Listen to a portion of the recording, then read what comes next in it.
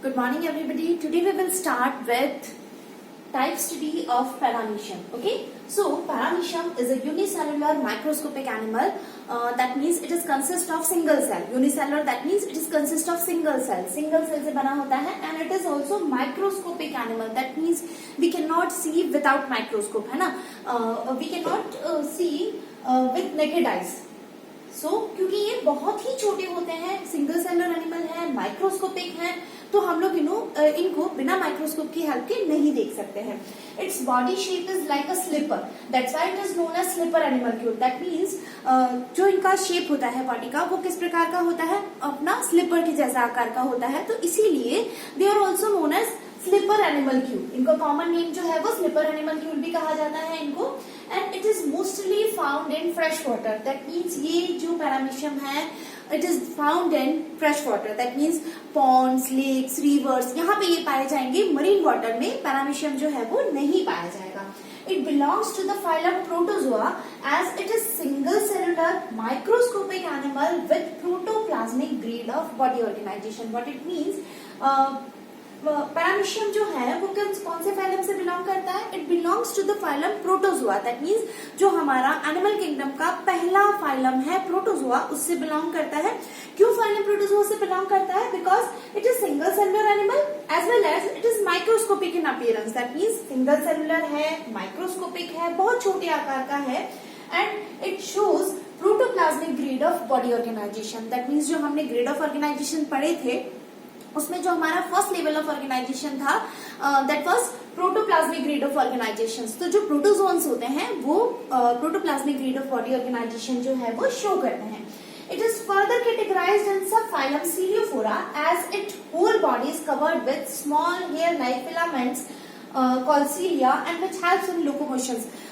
Phylum protozoa की जो paramecium है, it belongs to the subphylum Ciliophora. मतलब ये फर्दर किससे बिलोंग करता है? सीलियोफोरा से बिलोंग करता है. तो ये जो सीलियोफोरा का क्या स्पेसिफिक कैरेक्टर होता है कि जो एनिमल है उसकी पूरी बॉडी जो है वो स्मॉल हेयर लाइक और फिलामेंट्स लाइक प्रोजेक्शन से कवर्ड रहती है. And these hair like projections they are known as cilia. उन्हें क्या कहा जाएगा? सीलिया कहा जाएगा. तो क्योंकि इनकी बॉडी जो है वो सीलिया से कवर्ड होती है, तो that's why they are further categorised into in the sub phylum Ciliophora. तो फाइलम प्रोटोजोआ होगा और सब फाइलम होगा इसका सीलियोफोरा. और ये जो सीलिया है वो किसमें हेल्प करते हैं? दे हेल्प्स इन लोकोमोशन. जो उसका मूवमेंट है, गति जो है, उसमें हेल्प करेंगे पैरामीशियम को. अब हम बात करते हैं इसके क्लासिफिकेशन के बारे में. तो जो पैरामीशियम है phylum, it belongs to phylum protozoa, sub phylum Ciliophora, class Ciliata. तो देखिए क्लासिफिकेशन जो है वो क्या होगा इसका?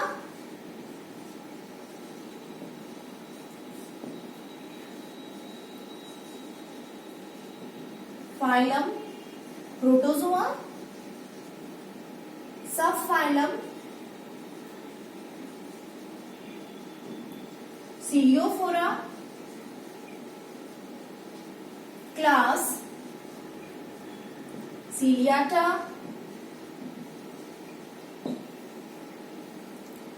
Order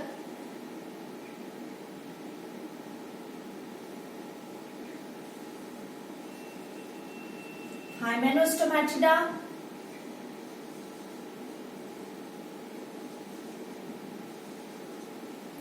genus paramecium,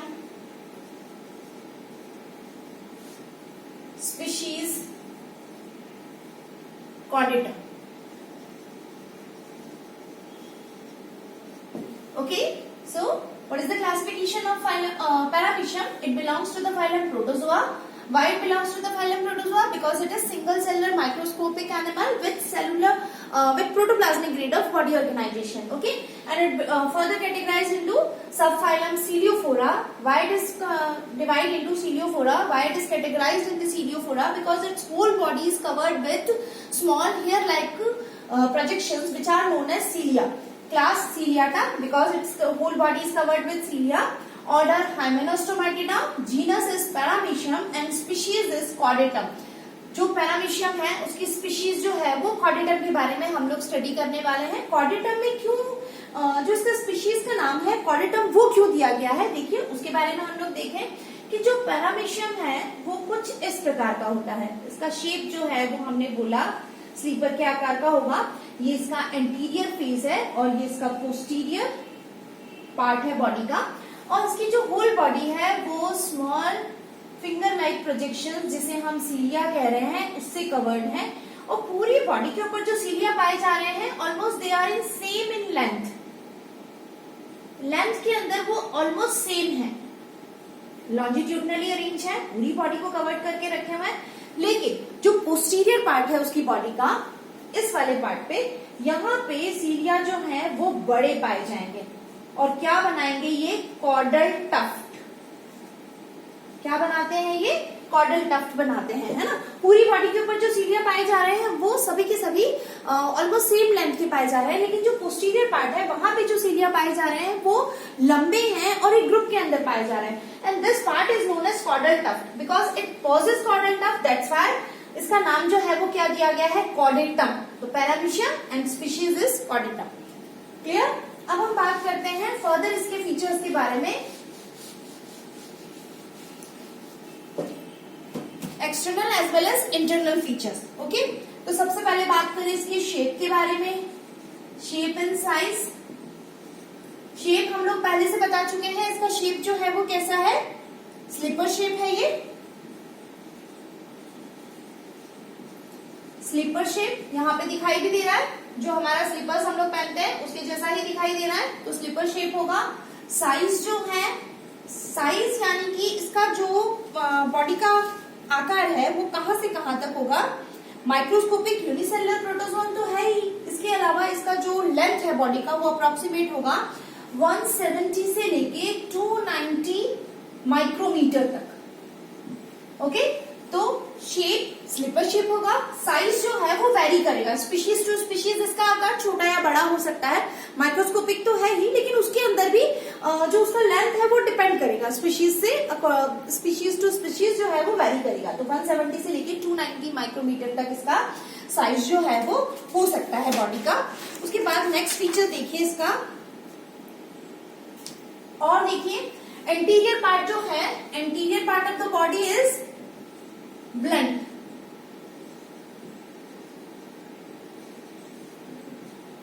round and blunt.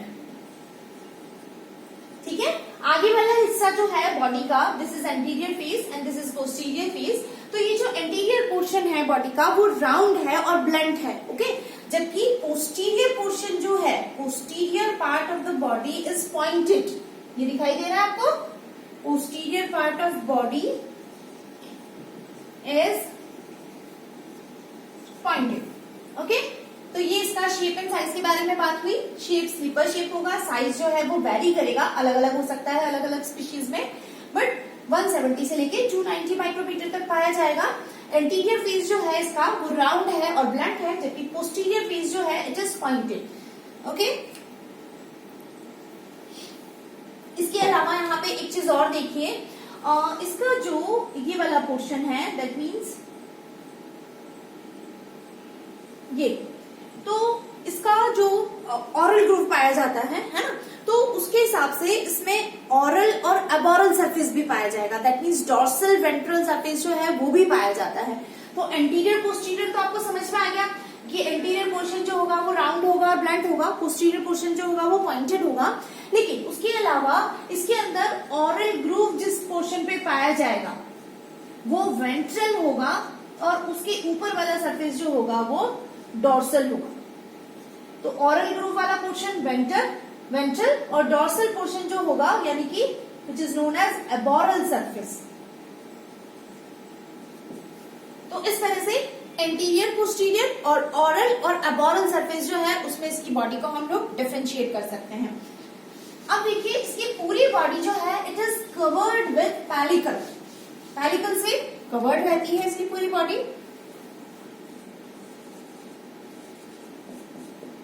Paramecium whole body, its whole body is covered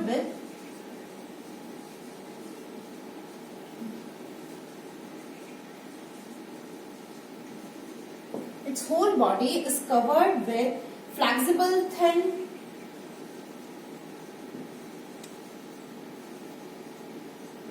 firm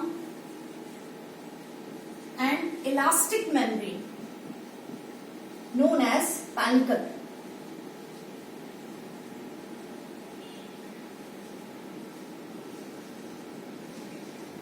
okay, किससे कवर्ड रहेगी? इसकी पूरी बॉडी जो है it is covered with flexible thin, लचीली, पतली, है ना, फर्म इलास्टिक मेम्ब्रेन से कवर्ड रहती है and that membrane is known as pellicle. Pellicle से कवर्ड रहेगी and what is the function of pellicle? It supports the cell membrane. ये जो सेल मेम्ब्रेन होगी उसको सपोर्ट करेगी. It supports the cell membrane, plasma membrane जिसे बोलेंगे हम लोग. ठीक है, तो प्लाज्मा मेम्ब्रेन या सेल मेम्ब्रेन को सपोर्ट करने का कार्य जो है वो पेलिकल के द्वारा किया जाएगा, जो कि एक थिन फ्लेक्सिबल इलास्टिक मेम्ब्रेन है. और क्या काम करेगी? पेलिकल जो है वो सेल मेम्ब्रेन को सपोर्ट करने का कार्य करेगी. फिर आप देखिए सीलिया. सीलिया मैंने आप लोगों को बताया कि पूरी बॉडी जो है वो हेयर लाइक प्रोजेक्शन से कवर्ड रहती है. That projection is known as cilia. और सीलिया जो है वो किस में हेल्प करते हैं? दे हेल्प्स इन लोकोमोशन, गति करने में हेल्प करते हैं. मैंने आपको पहले भी बताया था कि फाइलम प्रोटोजोआ का जो क्लासिफिकेशन है it based on the type of locomotory organ. That means किस प्रकार का लोकोमोटरी ऑर्गन इनके अंदर पाया जा रहा है उसके आधार पर हमने इसको फर्दर सबफाइला के अंदर क्लासिफाई किया था. यानी कुछ के अंदर जो था वो फ्लैजिला पाया जा रहा था, कुछ के अंदर सूडोपोडिया पाए जा रहे थे, कुछ के अंदर लोकोमोटरी ऑर्गन जो थे वो एब्सेंट थे और कुछ में सीलिया पाए जा रहे थे. यहाँ पे सीलिया जो है वो एज ए लोकोमोटरी ऑर्गन पाया जा रहा है. That's why paramecium categorised into the subphylum Ciliophora and class Ciliata. Okay, cilia पाया जाएगा. सीलिया का थोड़ा सा अगर मैं टीएस काट के देखूं तो ये जो है अगर मैं इसका टीएस काटूं तो टीएस जो होगा वो किससे कैसा होगा? आप देखिए इस तरह से राउंड होगा. प्लाज्मा मेम्ब्रेन पाई जाएगी बाहर की तरफ और इसमें अरेंजमेंट पाया जाता है 9+2 अरेंजमेंट. 9+2 कैसे पाया जाएगा? देखिए 9 तो पाए जाएंगे इसमें पेरिफेरल फाइबर्स,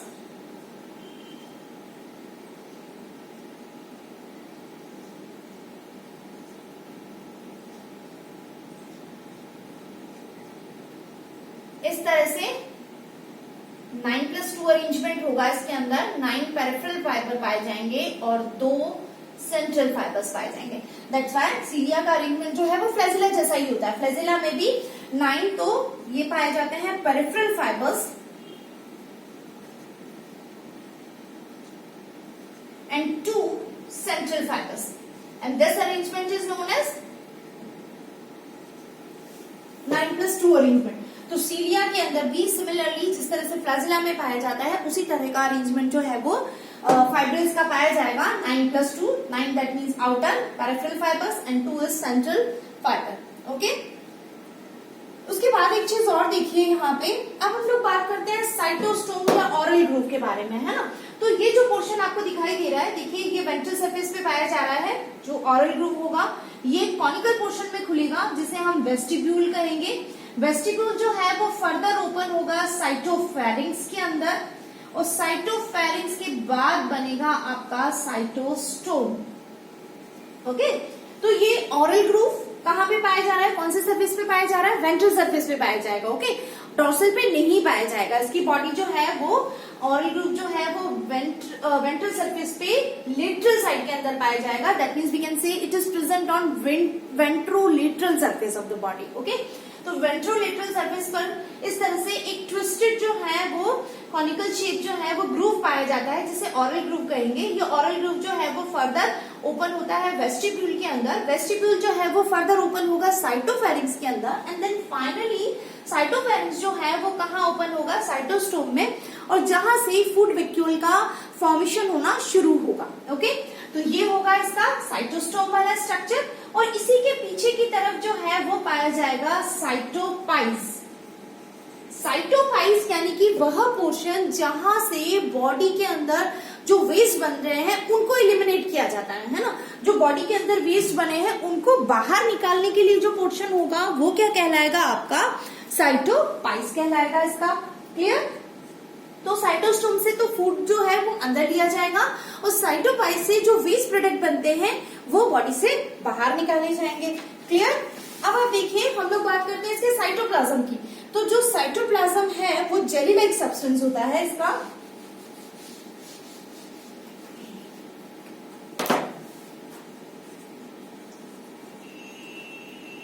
साइटोप्लाज्म जो है पूरा का पूरा ये इसके बॉडी में जो अंदर पाया जा रहा है वो साइटोप्लाज्म है। लेकिन साइटोप्लाज्म जो है वो दो पार्ट में डिवाइड होगा।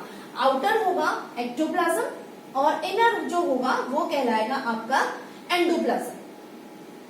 Endoplasm and ectoplasm. ओके, तो आउटर वाला साइटोप्लाज्म जो है, साइटोप्लाज्म क्या है? It is gel like substance. It is jelly like substance and it is further differentiated into, further divide into outer ectoplasm and inner endoplasm। ठीक है, बाहर वाला जो होगा थिन होगा, क्लियर होगा, और ये बाहर वाला जो पोर्शन है साइटोप्लाज्म का वो थिन है, क्लियर है, और ये पोर्शन क्या कहला रहा है? एक्टोप्लाज्म कहला रहा है, जिसके अंदर क्या पाई जाएंगी? स्पेसिफिक स्ट्रक्चर पाई जाती है जिसे हम लोग डिफेंसिव स्ट्रक्चर बोलते हैं, which are known as trichocyst. Clear? तो जो एक्टोप्लाज्म है वो थिन होगा, क्लियर होगा, और यहाँ पे डिफेंसिव स्ट्रक्चर पाई जाएगी ट्राइकोसिस्ट, जो कि डिफेंस में हेल्प करेगी इसके। और उसके अलावा एंडोप्लाज्म, एक्टोप्लाज्म से अंदर की तरफ जो पूरा सब्सटेंस है, जो ग्रेनुलर सब्सटेंस वाला पोर्शन है, वो क्या कहला रहा है? आपका एंडोप्लाज्म कहलाएगा। और एंडोप्लाज्म के अंदर सारी की सारी स्ट्रक्चर्स जो है वो पाई जाएगी। कौन कौन सी स्ट्रक्चर्स होंगी? विक्यूल्स होंगे, सेल ऑर्गेनेलीज पाए जाएंगे, इसके अलावा न्यूक्लियस जो है वो पाए जाएंगे, विक्यूल्स जो है, कॉन्ट्रेक्टाइल विक्यूल्स जो है वो पाई जाएंगी। तो all other structures are present in the endoplasm. Endoplasm के अंदर जो है वो पाई जाएंगी। ओके, फिर हम लोग बात करते हैं इसके न्यूक्लियस के बारे में। तो देखिए, जो पैरामीशियम है इसमें दो न्यूक्लियस पाए जाते हैं, है ना? न्यूक्लियस जो है इसके अंदर दो पाए जाते हैं। It possesses two nucleus.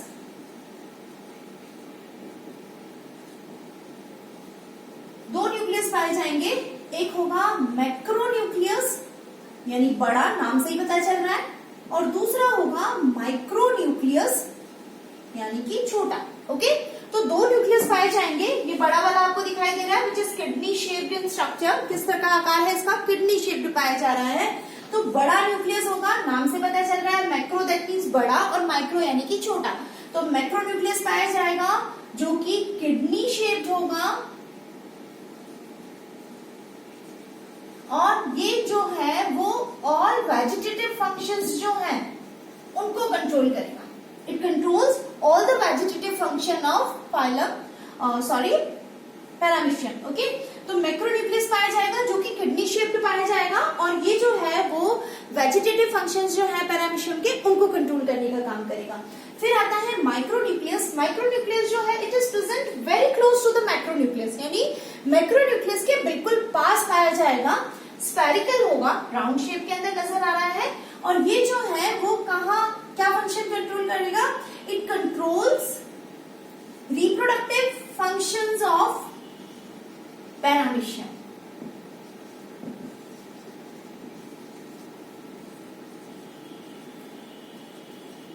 Okay, तो दो न्यूक्लियस पाए जा रहे हैं इसके अंदर, मैक्रोन्यूक्लियस एंड माइक्रोन्यूक्लियस। मैक्रोन्यूक्लियस जो है वो किडनी शेप्ड होगा, और क्या कंट्रोल करेगा? ये जो वेजिटेटिव फंक्शंस है, कायिक कार्य जिसे हम लोग बोलते हैं, उनको कंट्रोल करेगा पैरामीशियम के। और छोटा वाला न्यूक्लियस जो है वो स्फेरिकल है, और मैक्रोन्यूक्लियस के बिल्कुल पास पाया जा रहा है, तो वो क्या कंट्रोल करेगा? रिप्रोडक्टिव एक्टिविटी जो है पैरामीशियम की, उसको कंट्रोल करने का कार्य करेगा। सो आज के लिए इतना ही। आप इसे पढ़िए, समझिए, कुछ कंफ्यूजन हो तो आप ग्रुप में डिस्कस करिए। Thank you so much.